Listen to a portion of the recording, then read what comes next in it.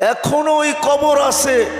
13 বৎসরের ছেলের কবর, 13.5 বৎসর, 13 বৎসর 6 মাস। বৎসরে একবার ভারত সাগরের পানিগুলা উপরে ওঠে আর এই কবরের দেওয়ালে যায় একবার টাচ করে, একদিন টাচ করে, আর বৎসরে দ্বিতীয় দিন টাচ করে না। কিতাবি কথা বলতেছিল, আমি জিজ্ঞাসা করছি কমরু আইল্যান্ডে কেন টাচ করে, আমরা বলতে পারবো না।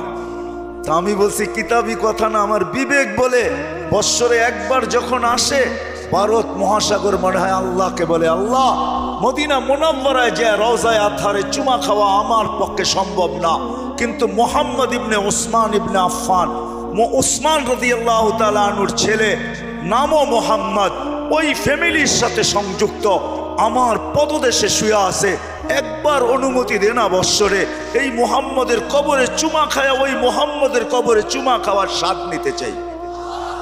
আপনি বলবেন এটার প্রমাণ আপনি কি করে দিবেন? আরেক হাদিস দিয়ে প্রমাণ দেওয়া যাবে যেটা সত্য।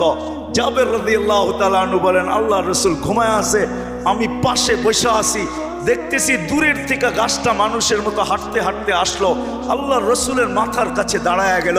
দীর্ঘক্ষণ দাঁড়ানোর পরে আবার মানুষের মতো হাঁটতে হাঁটতে নিজের জায়গায় যায় লেগে গেল। বুঝাই যাইতেছিল না, ও একবার উঠছে আবার ফিরত আসছে। আল্লাহ রসুল যখন ঘুমের থেকে উঠছে তো আমি বললাম, ইয়া রসুল আল্লাহ, গাছটা মানুষের মতো হাঁটতে হাঁটতে আসলো, আপনার মাথার কাছে দাঁড়ায় ছিল, দীর্ঘক্ষণ পরে চলে গেল। আল্লাহ রসুল মুস্কি মুস্কি হাসতেছিলেন আর বলতেছিলেন, ও আমাকে দূর থেকে দেখতেছিল, মন ভরতেছিল না, আল্লাহর কাছে দোয়া করছেন, আল্লাহ আপনার বন্ধু এত কাছে আসছে, একটু অনুমতি দিলে হয় কি আমি একটু কাছের থেকে যায় দেখা আসি মন ভোলা। আল্লাহ যদি গাছের দোয়া কবুল করতে পারে, আমার বিশ্বাস ভারত সাগরের দোয়া আল্লাহ কবুল করছেন, নাইলে আল্লাহ ডাকবে আসবে না। আর শুধু নামাজের জন্য তো ডাকে না, নামাজের জন্য ডাকে না, শত জিনিস দেখানো যায়, শত জিনিস দেওয়ার জন্য ডাকে, শত জিনিস। সবগুলাকে একসাথে বলি, নামাজের জন্য আল্লাহ ডাকেন না। আপনার আমার এই ছোট জীবনটা পূর্ণতা লেখা দেওয়ার জন্য ডাকেন, পূর্ণতা লেখা দেওয়ার জন্য। বলবেন এটা কোত্থেকে বাড়ি করলেন? হাদিসে আছে, ইদা সালুহা সালুহা সাইরুল আমাল, নামাজ ওকে, জীবন ওকে। আল্লাহ বলে তোর জীবনটাকে পূর্ণতা লেখা দেওয়ার জন্য তোকে মুসল্লায় ডাকতেছি, নাইলে ডাকার প্রয়োজন ছিল না। তোকে কেন ডাকবো? তুই কে?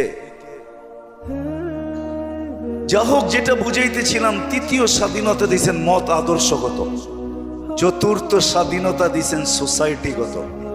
সমর্থ থাকলে দুনিয়ার যেই কোথাও বাস করা যায়, কোনো বাধা বিপত্তি নাই। আপনি বলবেন আমার সমর্থ আছে, আমি আমেরিকা বাস করতে পারবো, দেন না, ওদের ব্যাংকে টাকা জমা, বাড়ির থেকে আইসা নিয়ে যাবে। সত্য এটাই।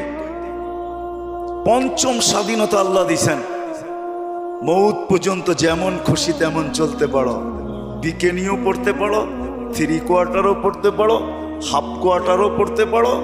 আবার যদি সমাজ মাইনা নেয় তো মারপ্যাটের থেকে যেমন আসছো এমনও করতে পারো। নাইলে ইন্দোনেশিয়ার একটা প্রদেশের নাম হইতো না উরিয়ান জায়া, আমি নিজে গিয়ে আসছি এখানে। পাপুয়া গিনির অর্ধেক হলো ইন্দোনেশিয়া, ওইখানের রাজধানী হইল জয়াপুরা, ওই প্রদেশের নাম হইল উরিয়ান জায়া। কি উরিয়ান মানি ল্যাংটা, জায়া মানি জাগা। মানুষ মারপেটের থেকে যেরকম আসে ওরকম কবরে যায়। আল্লাহ বলে কিচ্ছু বলবো না, নাজিরুন কাইফা তা'মালুন, শুধু তাকায় তাকায় দেখতে থাকবো। স্বাধীনতা বেশি দেন নাই, 5টা দিছেন। প্রশ্ন যদি করেন বাধ্য করেন না কেন, ইচ্ছা করলে তো বাধ্য করতে পারেন, সমাজ এরকম হবে। তা আল্লাহ বলে না, বাধ্য করব না। এই জন্য কোরআন বলে, লাউ শা আল্লাহ লাহাদাকুম জামিয়া, তোমাদেরকে হেদায়েত দিয়া দিতে পারি, সবাইকে চৌরাস্তায় দাঁড় করায় দিতে পারি। হেদায়েত মানি সোজা করে ফেলতে পারি, সোজা, নড়াচড়ার ক্ষমতা থাকবে না তোমাদের, বিলকুল সোজা করব। লাউ শা আল্লাহ লাজালাকুম উম্মাতান ওয়াহিদা, ইচ্ছা করলে এক বানায় দিতে পারি, এক। 2 কোনো শব্দ তোমাদের সমাজে থাকবে না, সব এক থাকবে। পারে? প্রমাণ? আল্লাহ বলে, উনজুর ইলাস সামাই ওয়া ইরতিফাইহা, আকাশ দেখ, উচ্চতা দেখ, উন্দুরিলা শামসি ওয়া শোয়া ইহা, সূর্য দেখ, কিরণ দেখ, উন্দুরিলাল বিহারি ওয়া আমওয়াজিহা, সমুদ্র দেখ আর তরঙ্গমালা দেখ, উন্দুর ইলাল জিবালি ওয়া ইস্তিকরারিহা, পাহাড় দেখ আর দৃঢ়তা দেখ, উন্দুর ইলাল আরদি ওয়া ইত্তিসাইহা, জমিন দেখ আর প্রশস্ততা দেখ। আমি যদি বিজ্ঞান দিয়া বুঝাইতে চাই, দুনিয়ার বিজ্ঞান বলে সূর্যের পিছে নাকি জমিনটা দৌড়াইতে থাকে ৬৬,০০০ মাইল পার ঘন্টায়। কত কত? আর করতে থাকে পার ঘন্টায় ১,০০০ মাইল। এই জন্য আমাদের দিন রাত ২৪ ঘন্টা, পার ঘন্টায় ১,০০০ মাইল, ২৪ ঘন্টায় একবার প্রদক্ষিণ হয় ঘুরা, যার কারণে ২৪ ঘন্টায় দিন রাত। আচ্ছা, যেটা ঘন্টায় ১,০০০ মাইল গতিতে চলে, ওটার উপরে বসে আছেন, তো বসে আছেন কি করে? আমাকে যুক্তি দিয়া বুঝান না, বসে আছেন কি করে? ২০০ মাইল ব্যাগে চললেই তো উড়া যায়, ঠিক না? ১,০০০ মাইল ব্যাগে এটা চাক্কির মতো ঘুরতেছে। ৬৬,০০০ মাইল ঘন্টায় গতিতে এটা ছুটতেছে, দৌড়াইতেছে। আপনি বসে আছেন কি করে? বাসগুলা চলে কি করে? বিল্ডিং গুলা দাঁড়ায় আছে কি করে? আল্লাহ বলে বাধ্য করছি, ওয়াজআলনাল আরদা কারারা, আমি মানুষের শান্তির জায়গা জমিনকে নির্ধারণ করছি। জমিনকে বলছি তুই ছোট ছোট, তাতে কিছু আসে যায় না, তুই ঘোর ঘোর, তাতে কিছু আসে যায় না।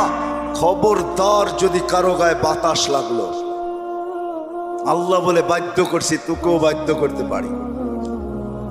বিদায় আসেন, শেষ জায়গায় চলে আসছি, আর বাড়ানো যাবে না। আমার পরেও আছে 11টার উপরে বাঁচতে চলছে, 11:15। আর মাগরিবের পরের থেকে যারা শুনাইছেন, এদের পরে আমার এই ভাঙ্গা ডোলের আওয়াজ শোনানো কোনো প্রয়োজন ছিল না বলে আমি মনে করি। কিন্তু শেষ জায়গায় চলে আসছি আমি। 100 বৎসর পূর্বে যারা ছিল ওরা আজকে নাই, 100 বৎসর পরে আমরা থাকবো না। যিনি নিয়ে আসছেন উনিই নিয়ে যাবেন, বাইপাস হওয়ার কোনো সুযোগ নাই। বেশি দিন এইখানে থাকবো না, চলে যাব। কিন্তু আসেন, যেই মানুষটা সৃষ্টির ভিতরে সর্বদিকে সেরা, যার কোনো জুরি নাই, তুলনা নাই। যদি তুলনা থাকতো তাহলে আল্লাহ ফেরেশতাদেরকে ওভারটেক করে আমাদের মাথায় শ্রেষ্ঠত্বের মুকুট পরাইতেন না। কেননা ফেরেশতার তৈরি নূরের থিকা, আমাদের তৈরি এক ফোঁটা বিদ্যুটে দুর্গন্ধময় পানির থিকা। ফেরেশতা নাফরমানি করার কোনো ক্ষমতা নাই, আর আমরা নাফরমানি ছাড়া থাকতে পারি না, ছাড়ার কোনো ক্ষমতা নাই। 24 ঘন্টা আমরা নাফরমানি করি, নাফরমানি করাই আমাদের স্বভাব। ওই মানুষটার মাথায় শ্রেষ্ঠত্বের মুকুটটা পড়াইতেন না। ফেরেশতাদেরকে অ্যাবাউট করা আল্লাহ আমাদেরকে শ্রেষ্ঠত্বের মুকুট পড়াইছেন। আসেন, শেষ জায়গায় চলে আসছি, চলে যেতে হবে। একটু ভাবেন, এই মজলিসে বসা যে আপনি আর আমি যাব তো বটে, যদি আখিরাতকে বিশ্বাস করেন, মৌতকে বিশ্বাস করেন, যদি হিসাব কিতাবকে বিশ্বাস করেন, আর যদি না করেন তাহলে আবার পিছনে যাব। মেসেজ কোরআনে দেওয়া আছে, তোমাকে বিশ্বাস করতে আমরা বাধ্য করব। যেমন এক সময় আল্লাহ বাধ্য করছিলেন, রুহের জগতে যখন ছিলাম, তা আল্লাহ আমাদেরকে প্রশ্ন করছিলেন, আলাস্তু বিরাব্বিকুম, আমি কি তোমাদের রব নই? ওই দিন কিন্তু স্বীকারোক্তি দিতে বাধ্য ছিলাম, ক্বালু বালা।